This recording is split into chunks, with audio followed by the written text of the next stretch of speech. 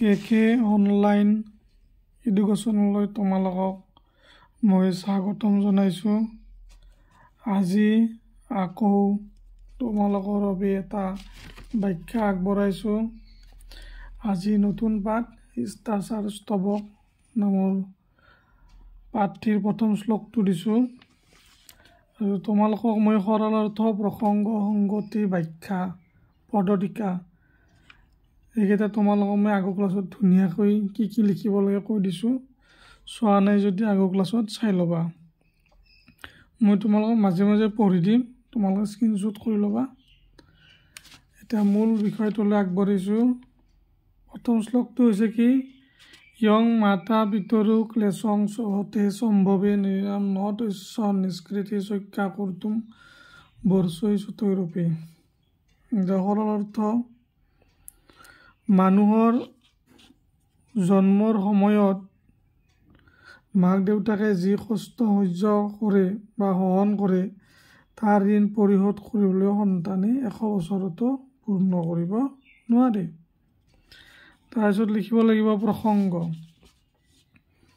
উদ্ধৃত শ্লোকফাকি আমাৰ সংস্কৃত পাঠ্যপুথি সংস্কৃত পাঠ সংগ্ৰহৰ অন্তৰ্গত মুনুৱে ৰচনা কৰা মনুস্মৃতি নামৰ গ্ৰন্থখনৰ পৰা আহৰণ কৰা আমাৰ পাঠ্যাংশ শিষ্টাচাৰ স্তৱক নামৰ পাঠটিৰ পৰা তুলি দিয়া হৈছে। তাৰপিছত লিখি আমি সংগতি লিখিম। সন্তানৰ কাৰণে পিতৃ মাতৃয়ে কৰা অশেষ ত্যাগৰ কথা বা অসাধ্য ঋণ কথা ক'বলৈ যোৱাৰ পৰিপ্ৰেক্ষিতত উক্ত শ্লোকটি অৱতাৰণা কৰা হৈছে। এতিয়া সংগতি হ'ল ব্যাখ্যা। পৃথিৱীত মাতৃ পিতৃৰ অবিহনে মানৱৰ অস্তিত্বই নাথাকে। মনীষীসকলে সেয়েহে মাতৃ পিতৃক চিৰ পূজনীয় বুলি অভিহিত কৰিছে। যজুৰ্বেদত পিতৃ মাতৃৰ সম্বন্ধে এনেদৰে উল্লেখ কৰিছে, মাতৃ দেৱো ভৱ পিতৃ দেৱো ভৱ। মাতৃয়ে অশেষ দুখ কষ্ট স্বীকাৰ কৰি সংগ্ৰামী জীৱনত সফলতা লাভ কৰিবলৈ প্ৰেৰণা যোগায়।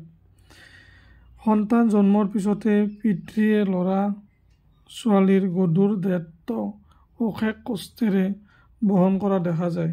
মাতৃ পিতৃৰ এই ঋণ পুত্ৰ কোনো কালে কেতিয়াও পৰিশোধ কৰিব নোৱাৰে। এইখিনি তোমালোকে স্ক্ৰীনশ্বট কৰি ল'বা ধুনীয়াকৈ।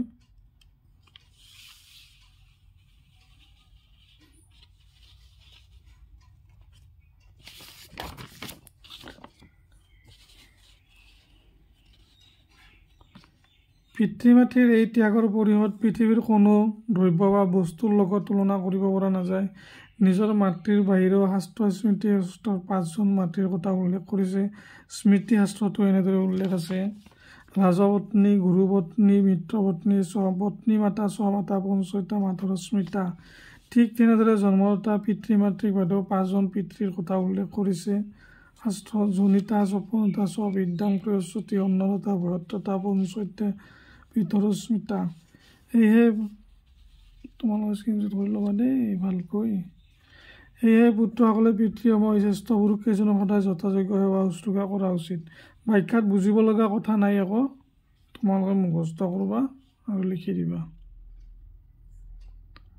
উপৰোক্ত শ্লোকফাকিৰ দ্বাৰা পিতৃ মাতৃয়ে পুত্ৰৰ প্ৰতি কৰা অশেষ ত্যাগৰ কথা সুন্দৰভাৱে প্ৰকট কৰিছে। সেয়েহে সদায় পিতৃ মাতৃক সেৱা শুশ্ৰূষা কৰা উচিত। পদটিকাটো লিখিবা। পদটিকা মানে ব্যাকৰণ শ্লোকৰ ভিতৰত যিকেইটা ব্যাকৰণগত থাকে শব্দ থাকে সেইবিলাক লিখিব লাগে। 2-3টা লিখিলে হ'ল। মাতা ভিতৰত মাতা চ পিতা চ এটি দণ্ড সমাস, চহৰে চহৰটো লৰতে কৰ্তুম ক্ৰিযুক্ত মূল প্ৰত্যয়। এইখিনি তোমালোকক আজিৰ কাৰণে দিছোঁ, স্ক্ৰীনশ্বট কৰি লৈছা নিশ্চয়। আজিৰ কাৰণে এইটোৱে ভালদৰে পঢ়িবা, শুভেচ্ছা দিছোঁ। আজিৰ কাৰণে এইখিনিয়ে, ধন্যবাদ।